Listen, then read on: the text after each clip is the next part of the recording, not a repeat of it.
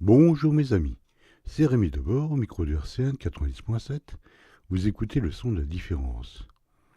Je suis très heureux de vous retrouver nombreux à l'écoute des Trois Coups, la seule émission qui programme des pièces radiophoniques comme au temps de la TSF. Dans un monde où la valeur et la popularité d'un individu se jugent au nombre d'amis en réseau, de copains d'avant ou de suiveurs siffleurs, il est bien rare de faire des rencontres in vivo, IRL comme on dit chez Nanette. Et pourtant, que de surprises et que d'enrichissements pourrait-on espérer de cette telle confrontation ? Pour la beauté de la chose et surtout pour votre amusement, j'ai mis en présence deux dames que tout oppose, tant le niveau de vie, le langage ou le milieu social. Et pourtant, qui sait ce qui émergera de ce face-à-face incongru ? On dit que seules les montagnes ne se rencontrent pas. Il doit bien y avoir une raison.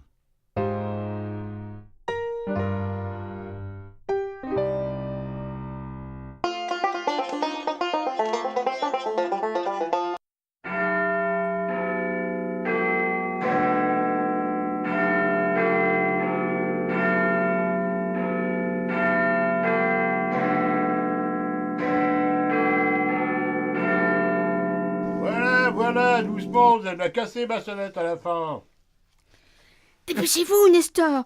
Je vous ai dit 100 fois de ne pas faire attendre les visiteurs. Que madame me pardonne, je fais aussi vite que je peux, madame. Qu'est-ce que vous voulez, vous ? Qui est-ce, Nestor ? C'est une dame qui demande à voir madame. Eh bien, qu'attendez-vous ? Faites entrer, Nestor. C'est-à-dire que, si madame le permet, je dirai à madame que la visiteuse de madame n'est pas exactement du monde de madame. Dieu du ciel ! Depuis quand êtes-vous donc qualifié pour juger les visiteurs ? Oh, moi, ce que j'en dis à madame, mais que madame ne vienne pas se plaindre ensuite que la visiteuse de madame s'est bouchée les rideaux de madame. Je trouve que vous preniez d'étranges manières, mon pauvre Nestor. Faites entrer cette visiteuse et gardez vos commentaires pour l'office. Bien, madame, mais j'ai prévenu madame. C'est bon, vous pouvez venir. Mais enfin, Nestor, il faudra que nous ayons une discussion sur la façon de recevoir les visiteurs. C'est pas trop tôt. J'ai bien cru que je restais sur le paillasson. Chère madame, veuillez excuser mon majordome. Que me vaut l'honneur ? C'est rapport à ce que j'ai trouvé. Oui, je vous écoute. C'est surtout rapport à ce que vous avez perdu. Dieu du ciel, mais qu'aurais-je donc égaré ? Vos papiers, vos billets, tout le bazar, quoi. Soyez plus précise, voyons. Je ne comprends pas ce que vous me dites. C'est que je sais pas trop bien comment on appelle ce truc. C'est comme qui dirait un gros portefeuille ou un petit sac sans bandoulière. Une pochette, peut-être ? Voilà, c'est exactement ça. Et alors ? Justement, c'est rapport à votre pochette que j'ai trouvée au Lidl.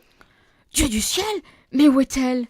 Là, rapport qui avait vos papiers dedans, j'ai eu votre adresse, un coup de bus, et me v'là. Dieu du ciel, et il ne manque rien ? Je vous ai tout porté recta. J'ai même laissé les 3 billets de 500 qui étaient dans la poche secrète. C'est pas pour dire. Mais il y en aurait des qui se seraient servis au passage. Il est vrai que, parfois, la nature humaine, je ne sais comment vous remercier. Moi, je vois très bien. Oh oui, bien sûr. C'est pas que je suis comme ça. Mais c'est surtout rapport à mon homme, qui est chômeur, et à mes gosses. Vous avez des enfants ? Oui, j'en ai 5. 5 enfants ? Dieu du ciel ! Seriez-vous une fervente catholique ? Je suis baptisée et j'ai fait ma communion comme tout le monde. Pourquoi vous me demandez ça ? À cause du dictat des papes et de leur opposition farouche à la contraception. Rien à voir, c'est rapport à la pilule qui me fait grossir. Et après, mon homme, il dit que je ressemble à une grosse vache. Quel charmant garçon! Et lui, il ne peut pas se protéger? Ben non, le pauvre. Il dit que la capote, ça le démotive. C'est bien la première fois que j'entends parler d'un homme qui a besoin d'être motivé pour ça. Bon, il est comme ça, mon Raymond. Alors, comment faites-vous? Ben, je compte les jours et je dis que j'ai mal à la tête tous les jours où ça craint trop. Et ça marche? Oui, la plupart du temps. Mais parfois, il y a des accidents. Je constate. Mais comment donc peut-on élever 5 enfants de nos jours? Ben, on fait comme on peut. Remarquez que la grande m'aide bien pour les petits. Ça, je dois reconnaître. Et vous disiez que votre mari était sans emploi? En vrai, c'est pas mon mari. Mais il n'y a pas besoin de passer devant monsieur le maire pour s'aimer, pas vrai? Sans doute. Il est vrai que l'on peut, au contraire, passer devant monsieur le maire et ne pas s'aimer. C'est rapport à votre mari que vous dites ça? Non, je suis veuve, et mon mari était un être exquis. Oh, faites excuse. Toutes mes condoléances. C'était il y a fort longtemps, rassurez-vous. Et vous n'avez jamais songé à refaire votre vie? Quelle curieuse expression. Ma vie était faite et de fort belle manière. Pourquoi donc la refaire? Sans compter que l'éventuel mari suivant aurait pu se révéler moins bon que le précédent. Vous avez bien raison. On sait ce qu'on quitte, mais on ne sait pas toujours ce qu'on trouve. Sans indiscrétion, avec votre conjoint au chômage, ça ne doit pas être facile tous les jours. Bof, comme on dit, on se débrouille. Mon Raymond, il a fait un petit chantier par-ci, un petit dépannage par-là, un peu de jardin, il rend des services. Et puis moi, je fais des ménages. Et rien de tout ça n'est déclaré, je suppose. Ben, c'est-à-dire... c'est par rapport au RSA. Au quoi? Au RSA. Le RSA, si vous voulez. Avant, c'était le Rémi. Mais maintenant, c'est le RSA. Au final, c'est pareil. Si tu travailles pas, on te file du pognon. Et si tu travailles, tu payes des impôts. Le calcul est vite fait. Ce n'est pas très honnête, vous ne croyez pas? Et les patrons qui s'achètent des châteaux sur le dos des ouvriers, et les politiciens qui planquent leur pognon en Suisse, et les banquiers qui vous piquent des sous quand vous êtes à découvert, même qu'après, vous êtes encore plus à découvert qu'avant. C'est honnête, ça? Évidemment. Vu comme ça.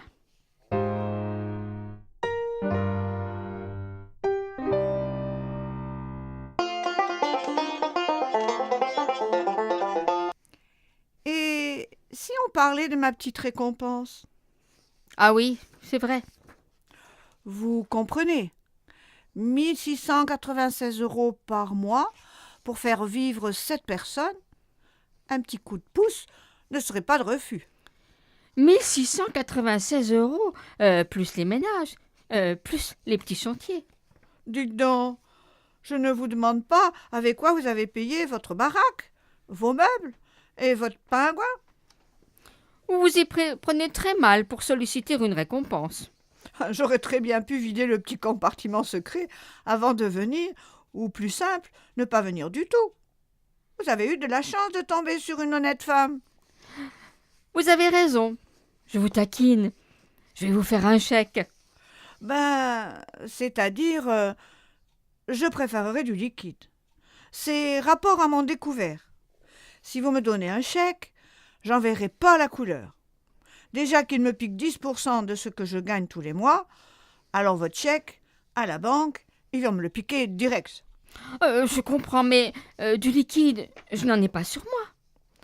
Et les 3 beaux billets mauves? Oui, bien sûr, mais ces billets, c'est un peu comme un talisman.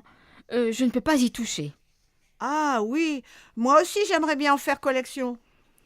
Non, vous ne comprenez pas. Si, j'ai compris. Vous voulez rien me filer. C'est bien les riches, ça. C'est même pour ça qu'ils sont riches, les riches. Leur pognon, ils se les gardent. Mais non, vous n'y êtes pas du tout. Ouais, ben expliquez-moi alors. Mon mari est mort l'année dernière. Oh, désolé, je compatis. Sincères condoléances.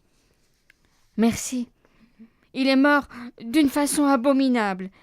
Il venait de retirer une grosse somme à la banque pour m'acheter un bijou chez un antiquaire. Ces gens-là veulent toujours du liquide. Bref, en sortant de la banque, mon mari s'est fait agresser. Excusez-moi, je ne savais pas. C'est horrible.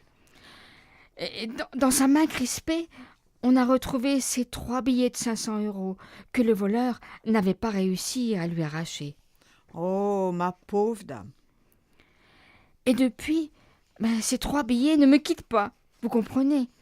Ils sont comme un dernier lien qui me rattache à mon époux. Oui, je comprends. C'est aussi pour ça que je n'ai jamais de liquide sur moi. Je comprends parfaitement. Et je suis d'autant plus heureuse de vous avoir apporté votre pochette avec les billets dedans. Bien que, à mon avis, vos précieux billets seraient bien plus à l'abri dans votre maison, rapport à tous ces racailles qui traînent dans la rue de nos jours. Je sais bien, mais c'est plus fort que moi. D'ailleurs, tout à l'heure, j'ai cru défaillir en apprenant que j'avais perdu ma pochette. Je ne vous remercierai jamais assez. Bon, d'accord. Va pour le chèque. Mais ne mettez pas d'ordre. Je me débrouillerai avec une copine. Vous pensez que c'est prudent ? Vous bilez pas, c'est pas la première fois. Et puis, c'est ma meilleure copine. Entre nous, c'est à la vie, je dis pas à la vie, à la mort. Parce que quand on est mort, on n'a plus besoin d'amis. C'est curieux ce que vous venez de dire là. Quoi donc ? On ne dit pas à la vie, à la mort, parce que quand on est mort, on n'a plus besoin d'amis. Oh, c'est une expression comme ça. C'est mon grand-oncle qui dit ça tout le temps. Et il s'appelle comment, votre grand-oncle ? Théobald, c'est marrant comme nom, vous ne trouvez pas ? Vous êtes de la famille d'Astrée Pérouse ? Vous connaissez ? Un peu, oui. Vous êtes donc apparenté ? Oui et non. Enfin, presque. Mais ça veut dire quoi, presque ? Expliquez-vous. Doucement. Pourquoi vous me criez dessus ?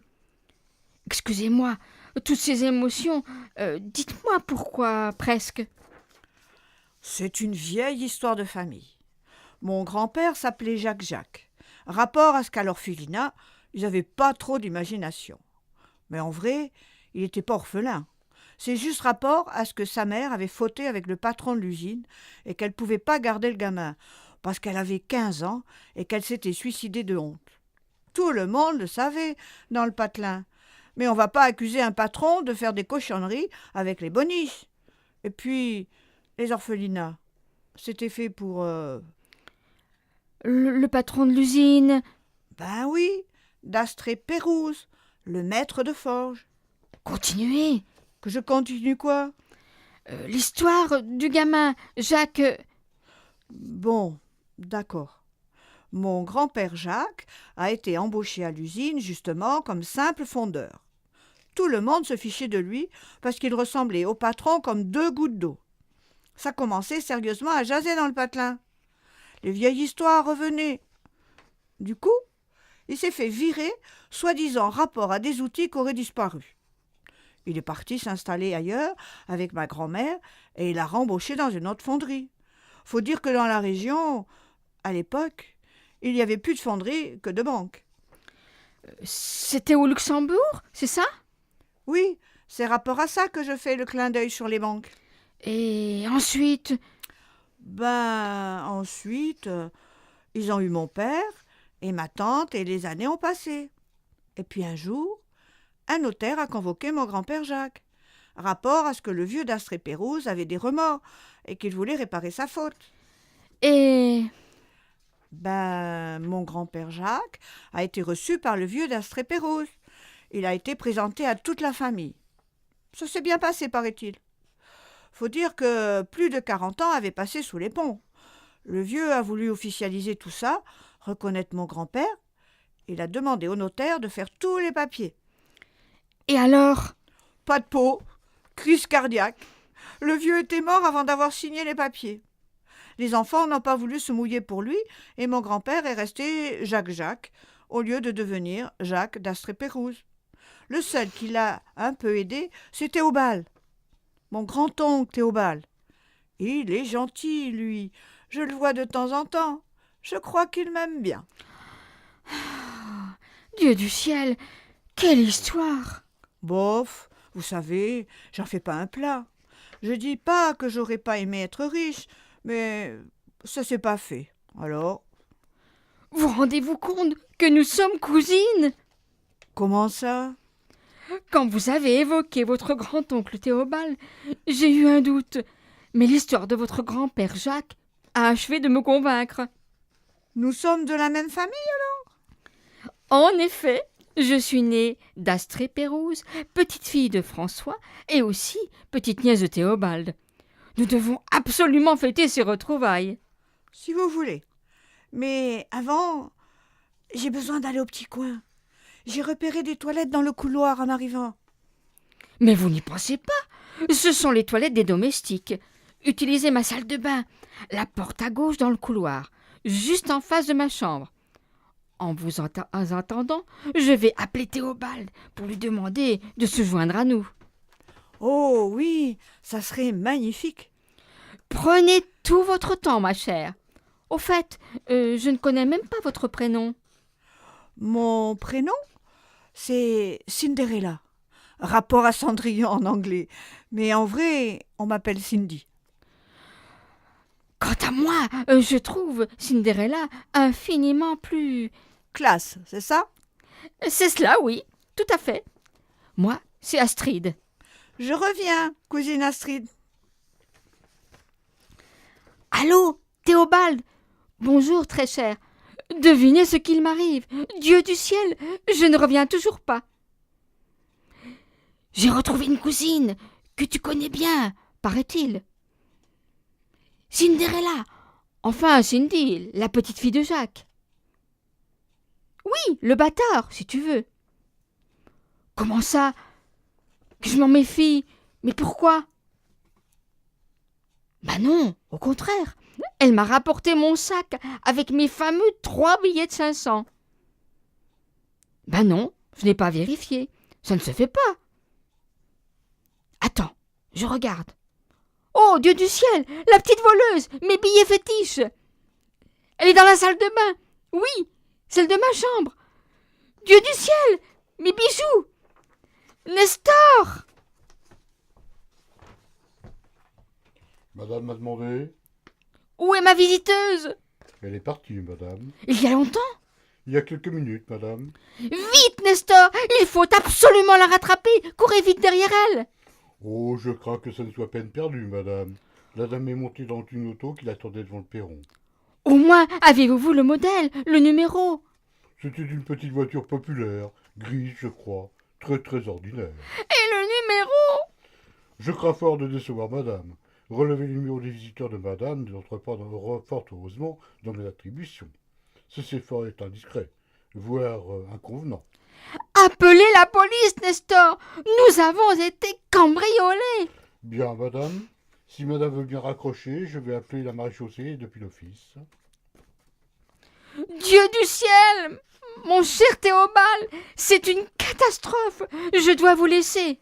C'était Le Portefeuille, une pièce radiophonique de Rémi Debord avec la bourgeoise Claudine Leglet, la visiteuse Cécile Leblanc, le majordome, je vous laisse deviner.